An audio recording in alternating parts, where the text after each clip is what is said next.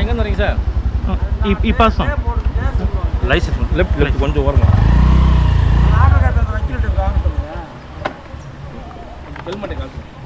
Helmet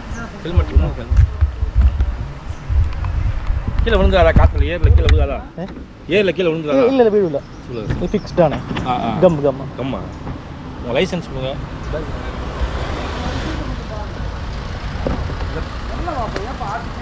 கீழே விழுந்துட போகுது. கொஞ்சம் நிப்பாட்டுங்க.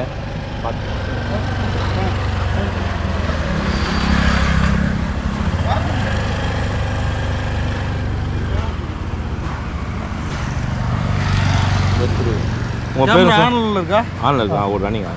எவ்வளோ நாள்? எத்தனை ஜிபி? எவ்வளோ ஜிபி சத்தம்? 128.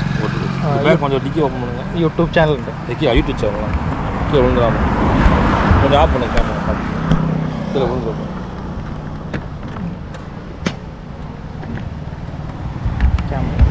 கீழே விட்டுறாதீங்க. இது உடஞ்சி லைசன்ஸ் கொடுங்க சார். எங்கேருந்து வரீங்க சார்? சார் லைசன்ஸ் ஐயா கீழே வைப்பேன். கீழே விட்டாங்க ஐயா. எனக்கு சகலமாக இருக்கு. கேட்டா அந்த வந்து கேரளா சார் கேமரா ஆஃப் பண்ணு. இல்லை வீடு இருக்குது. யூடியூப்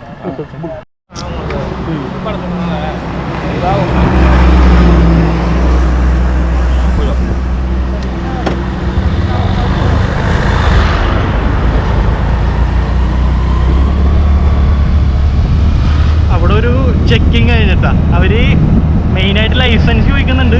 പിന്നെ വണ്ടി നമ്മൾ പരിശോധിക്കുന്നുണ്ട്. എൻ്റെ തോളത്ത് കിടന്ന ബാഗ് അവർ പരിശോധിച്ചില്ല.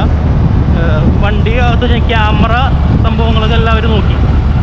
അവർക്കങ്ങനെ ഷൂട്ട് ചെയ്യാനുള്ള പ്രശ്നമൊന്നുമില്ല കേട്ടോ. നമ്മുടെ നാട്ടിൽ മാത്രമേ ഉള്ളൂ ഹെൽമെറ്റ് ക്യാമറ വെക്കണത് അത്ര വലിയ ഭയങ്കരമായ കുറ്റകൃത്യമായിട്ടുള്ളത്.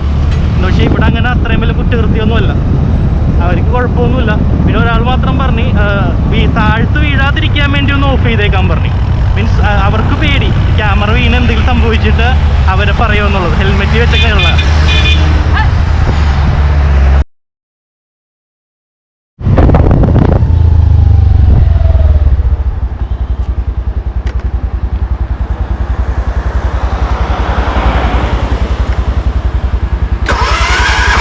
കേരള പോലീസ്.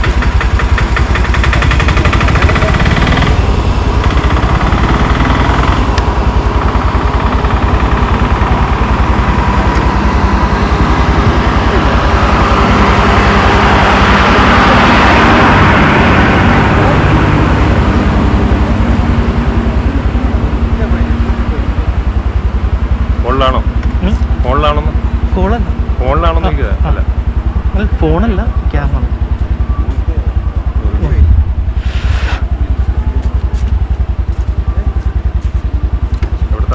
ഫോട്ടോ വെച്ച് കൊടൈക്കനാൽ പോയിട്ട് തന്നെ പോയിക്കോട്ടെ.